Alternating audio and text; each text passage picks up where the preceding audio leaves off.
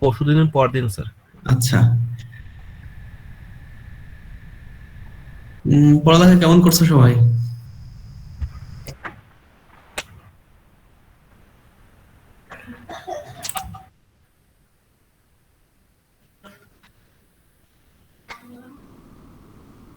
Hello, শোনা যাচ্ছে?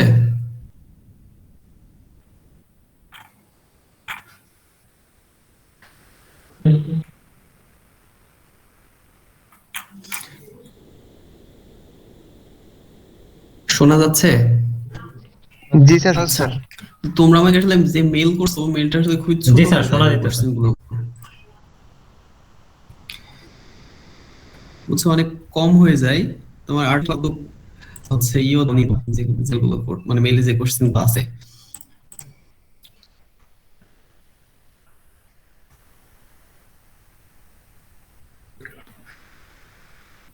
আচ্ছা, এখানে অবশ্য কিছু ব্যাপার আছে, যেমন ওই যে মানে কোশ্চেন গুলো খুব কমন হয়ে গেছে, এগুলো ভাঙলে আরো ছোট ছোট অনেক কোশ্চেন হবে। আচ্ছা, আমি তোমাদের বলে দিই তোমরা কি কি পড়বা মোটামুটি ভাবে।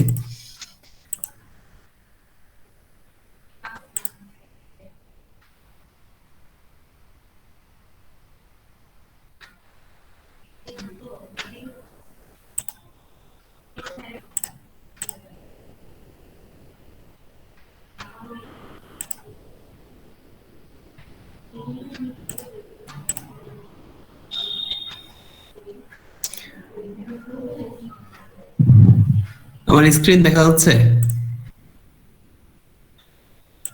হ্যালো? জি স্যার, দেখা যাচ্ছে। আচ্ছা, এখানে আমি প্রথমে পড়াইছিলাম হচ্ছে, আচ্ছা প্রথম দুইটা স্লাইডে কোনো সমস্যা আছে কারো? ওই যে রোবটের যে ইন্ট্রোডাকশন ছিল,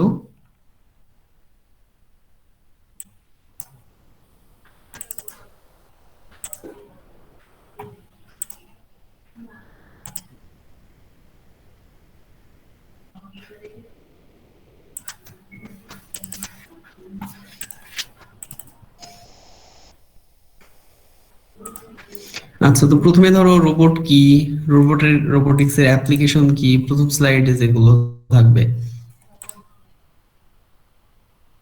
তারপরে হচ্ছে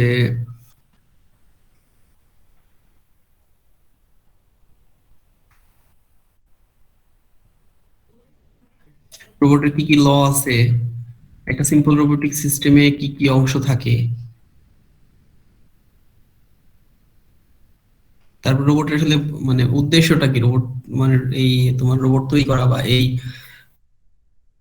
ফিল্ড পড়ার উদ্দেশ্য মানে অ্যাপ্লিকেশন আর কি। একটা সিম্পল রোবোটিক সিস্টেমে কি কি থাকে, প্রয়োজনে এরকম ফিগারও ড্র করতে পারো যদি কোশ্চেনে আসে।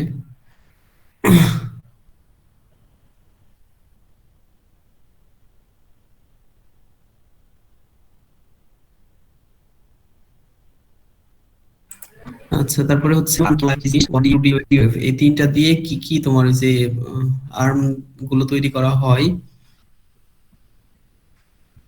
এই যে এগুলো পড়বা, রিভুলেট পেয়ার, প্রিসমেটিক পেয়ার, তারপরে cylindrical pair, spherical pair, hook joint, এগুলো কোন ডিওএফ দিয়ে যদি বলে যে হচ্ছে ওয়ান ডিওএফ দিয়ে কয়েকটা পেয়ারের নাম বলো বা সেগুলোর বর্ণনা করো, তাহলে সেভাবে মানে অ্যান্সার করতে হবে।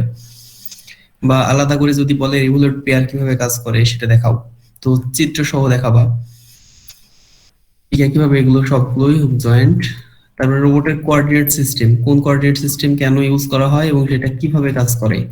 তিনটা কোঅর্ডিনেট সিস্টেম আছে, তিনটাই। তারপরে হচ্ছে এই যে তোমার সিলিন্ড্রিক্যালের ক্ষেত্রে যে পি আর পি, তারপরে হচ্ছে স্ফেরিক্যালের আর আর পি, তারপরে রিভুলেটের জন্য আর আর আর, এগুলো হচ্ছে পড়বা।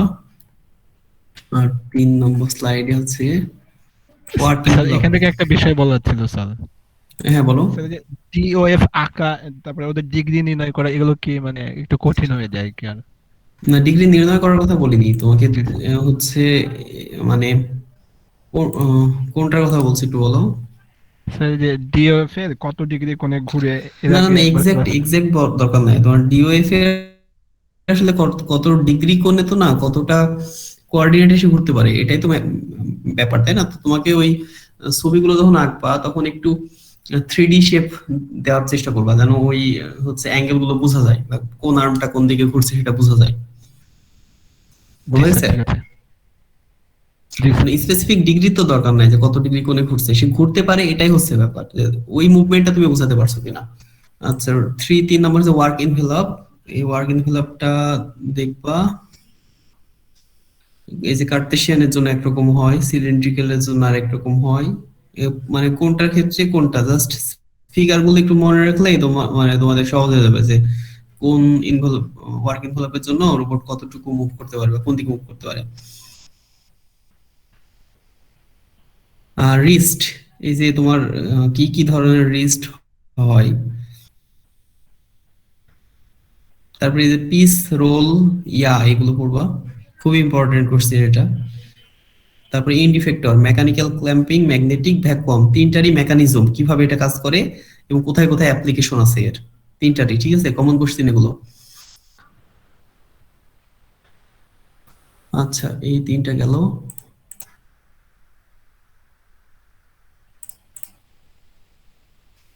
তারপরটা এই যে ইন্ডিফেক্টর এখানেও আছে, এখান থেকে পড়তে পারো, দুইটা কমন স্লাইডই। তারপরে যে রোবটের অ্যাকচুয়েটর, অ্যাকচুয়েটর কি, তারপরে নিউমেটিক, হাইড্রোলিক, ইলেকট্রিক কিভাবে কাজ করে।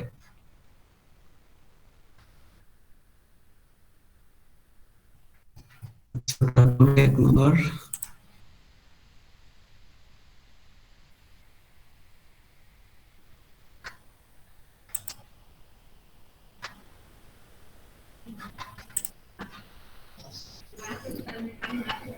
আচ্ছা, এই যে পয়েন্ট টু পয়েন্ট রোবট আর কন্টিনিউয়াস পাথ রোবট, এইটা খুব ভালো করে পড়বা।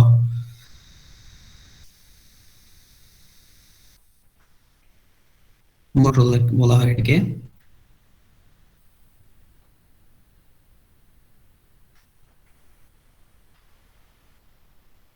সবই ওটার ভিতরে পড়বে। তারপরে হচ্ছে যে tram control, air logic control,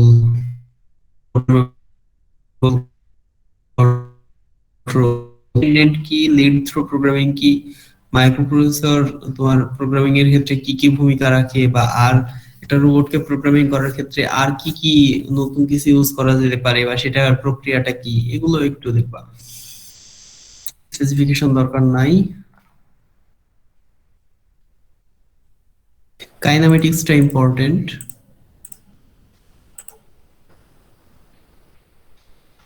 কিন্তু কাইনামেটিক্স এর খুব বেশি কিছু দরকার নাই, কয়েকটা জিনিস। এই স্লাইড গুলো পুরোনো যদিও, তারপরে এগুলোই তোমার হচ্ছে আর কি একেবারে বেস। এখানে কাইনেটিক্স কিছু নাই, রোবোটিক্স এর কাইনেটিক্স কি, এগুলোই হচ্ছে, এটাই বেশি ইম্পর্টেন্ট। স্টেপার স্যার, মোটর, কাইনামেটিক্সের ম্যাট্রিক্স গুলো কি ইম্পর্টেন্ট স্যার? না না না, ওগুলো দরকার না, ওগুলো আমি দেখাইনি তোমাদের।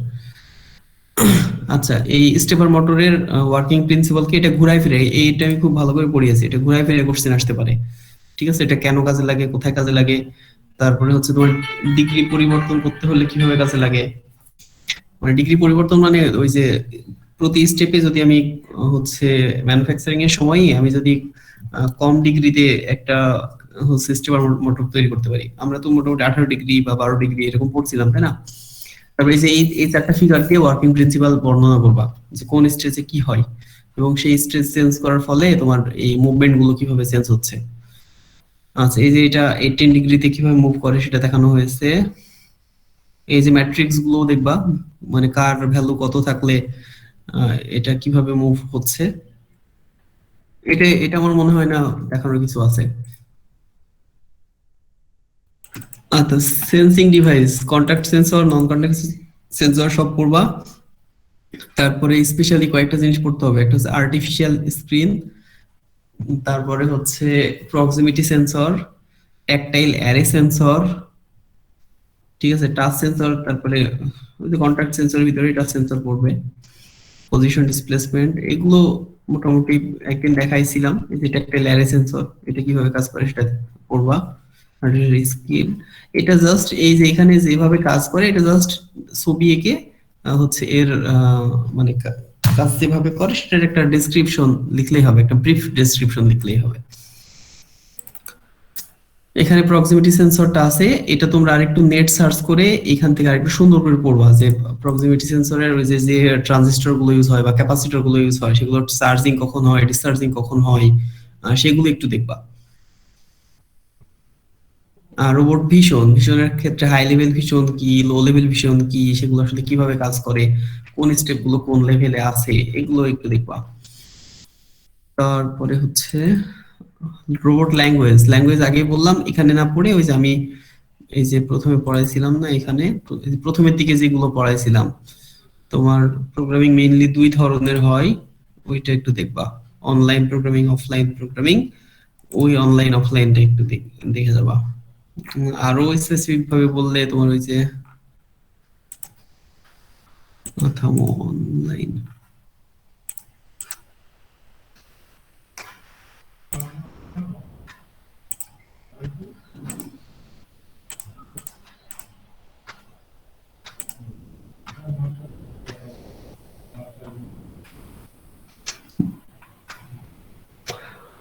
এখানে একটা একটা যোগ করবা, শুধু মাইক্রো প্রসেসর কিভাবে বা তোমার একটা হচ্ছে মিনি কম্পিউটার কিভাবে রোবটের প্রোগ্রামিং এর ক্ষেত্রে হেল্প করে, এটা একটু এক্সট্রা যোগ করে নিবা।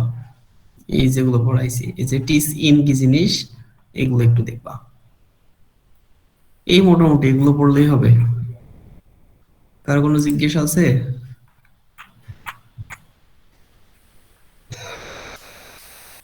হ্যালো,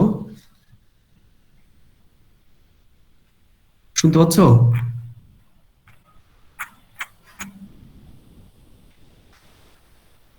জি স্যার, শোনা যায়। আচ্ছা, তো এগুলোই মোটামুটি আর কি যেগুলো দেখালাম। স্যার কাইনেমিক রোবট কাইনেমিক্সটা ওইখানে একটু আবার একটু দেখেন, এটা কি কেমন করতে হবে কোনটা? কাইনেমেটিক্স, থামো এক মিনিট।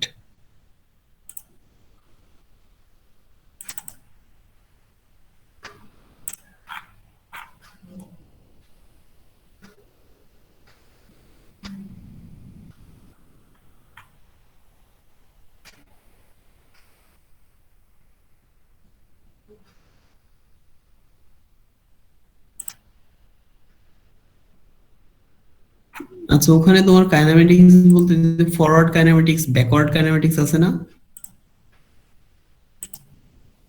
জি স্যার। ওই দুইটা পড়বা কাইনেমেটিক্স কি, তারপরে এটা রোবটের ক্ষেত্রে কেন প্রয়োজন, কিছু বেসিক আর কি। আর ফরওয়ার্ড আর ব্যাকওয়ার্ড এই দুইটা একটু পড়লেই হবে।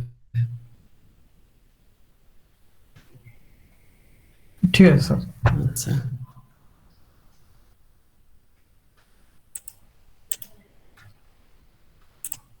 স্যার স্টেপার মেট্রো মোটরের ওয়ার্কিং প্রিন্সিপাল মানে এই যে এটা ভালোভাবে রিসোর্স পাচ্ছি না অনলাইনে স্যার, খুঁজছিলাম। আমি যে স্লাইড দিছি এখানেই তো সুন্দর করে দেওয়া আছে। মানে ফটো মানে পিকচার আঁকিয়ে স্যার দেওয়া আছে, কিন্তু লিখবো কিভাবে সেটা। আমি ক্লাসে যেগুলো বলেছি সেগুলো লিখবা। আচ্ছা স্যার, ঠিক আছে।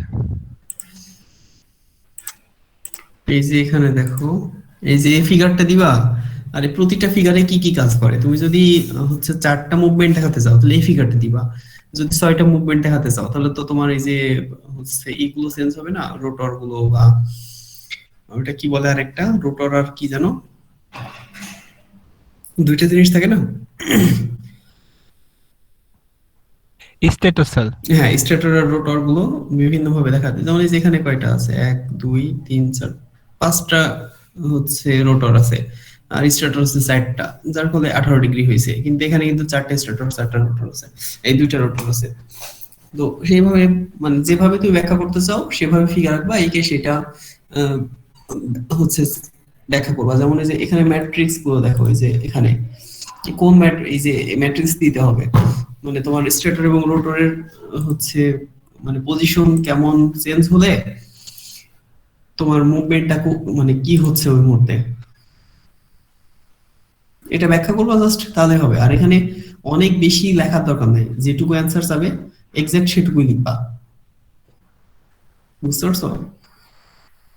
জি স্যার। স্যার আরেকটা বিষয় স্যার, গতদিন যে ক্লাসটা করাইছিলেন ইন্ট্রোডাক্টরি রিভিউর উপরে একটা স্লাইড, ওটা আমরা স্যার পাইনি স্লাইডটা এখনো। আচ্ছা ঠিক আছে, আমি দিচ্ছি, মনিরকে শেয়ার করে দিলাম। হ্যাঁ স্যার হ্যাঁ বলো।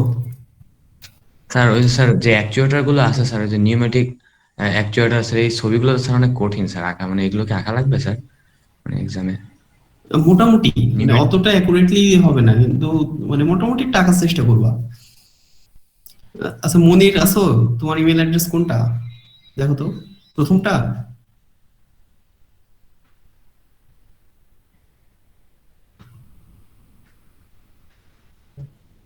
মনির স্যার ভাই? ওর মনে হয় নাই, স্যার মনে হয় নাই, ওর প্রথমটা স্যার আমরা ওর সাথে শেয়ার করছি আগে স্যার, ওটাই। আচ্ছা তাহলে আমি যেটা ওকে শেয়ার করে দিলাম, ওর কাছ থেকে নিয়ে নিও।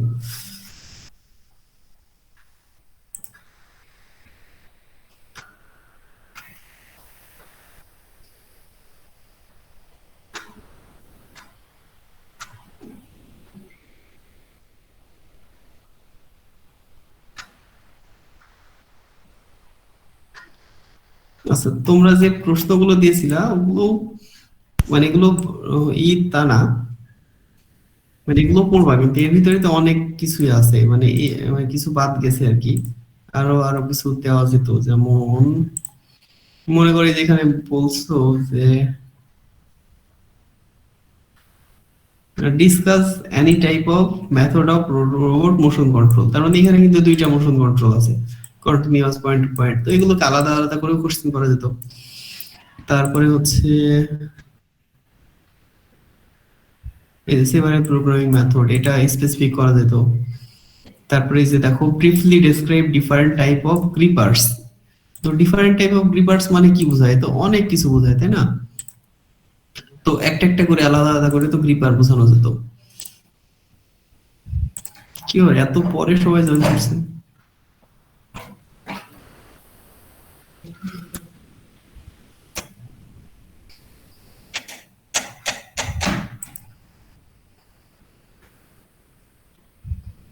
সেন্সর একটা মোটামুটি তোমরা ভালোই দিয়েছো, এগুলো আরো এক্সটেন্ড করা যেত।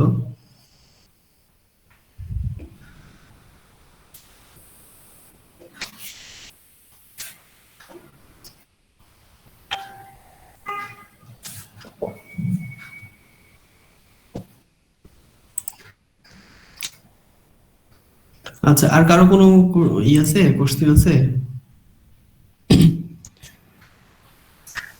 স্যার রোবট ল্যাঙ্গুয়েজের ওই কি যেন বললেন স্যার, ওই পেজটা ল্যাঙ্গুয়েজ তেমন কিছু না, আমি ওই যে আগে গতদিন যে স্লাইড গুলো পড়িয়েছিলাম ওগুলোই জাস্ট, ওগুলোর সাথে যোগ হবে হচ্ছে তোমার রোবট প্রোগ্রামিং এর ক্ষেত্রে মাইক্রো কন্ট্রোলার বা মিনি কম্পিউটার এটা কিভাবে লিঙ্কড হতে পারে, বা এটার প্রয়োজনীয়তাটা আছে কিনা, বা থাকলে কিভাবে, বুঝতে পারছো?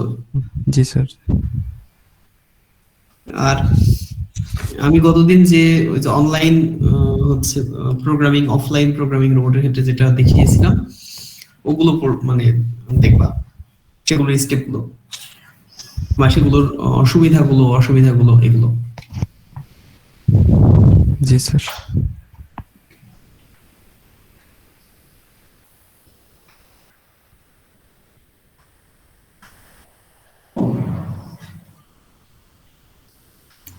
স্যার একটা ব্যাপার, আমাদের যে 14 মার্কস সেটাকে একটু কোনোভাবে দেওয়া পসিবল? হ্যাঁ পসিবল, কিন্তু এই 2 দিনের ভিতরে তোদের অ্যাটেন্ডেন্সটা এখনো ঠিক করা হয়নি। আর মিড পরীক্ষা দিছিল তো প্রেজেন্টেশন দিয়ে না? জি স্যার। আচ্ছা আচ্ছা 14 মার্কস আমি দিব, কিন্তু এই 2 দিনের ভিতরে দেওয়াটা আমার জন্য একটু টাফ হয়ে যাবে। আচ্ছা ঠিক আছে, সমস্যা নেই। সমস্যা নাই স্যার, আমরা পরে নিব স্যার, আমাদেরকে এখন দিতে হবে না স্যার। আচ্ছা ঠিক আছে, আমি তোমাদের দিয়ে দেবো, সমস্যা নেই। মানে থাকলে একটু ভালো অবস্থায় থাকলে হয়তো দেওয়া যেত।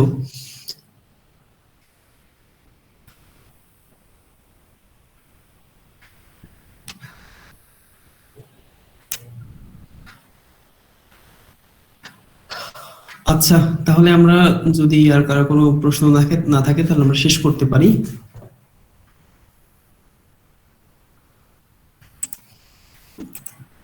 আর কারো কোনো সমস্যা হবে যেগুলো পড়া মানে দেখালাম, কি মনে হয় এগুলো?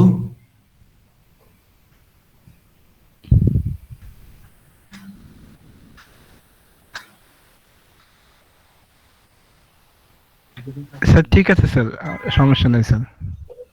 হুম, আচ্ছা ঠিক আছে, তাহলে তোমরা ভালো থেকো সবাই। ঠিক আছে স্যার। জি স্যার, আপনি ভালো থাকেন। হ্যাঁ, আচ্ছা ঠিক আছে। আল্লাহ হাফেজ। আল্লাহ হাফেজ।